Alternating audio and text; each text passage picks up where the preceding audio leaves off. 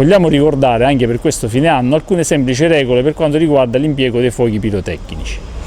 Si dividono in 4 categorie, F1, F2, F3 e F4, in base alla potenzialità e gli effetti.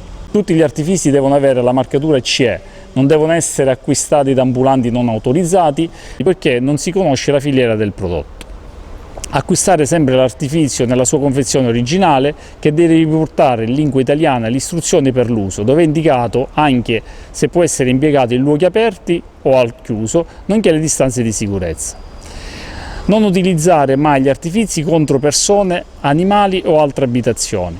Non tentare di riaccendere gli artifici che non funzionano e soprattutto nei giorni dopo il Capodanno, se si trova per terra qualche artifizio illegale inesploso, non bisogna assolutamente toccarlo ma telefonare al 112.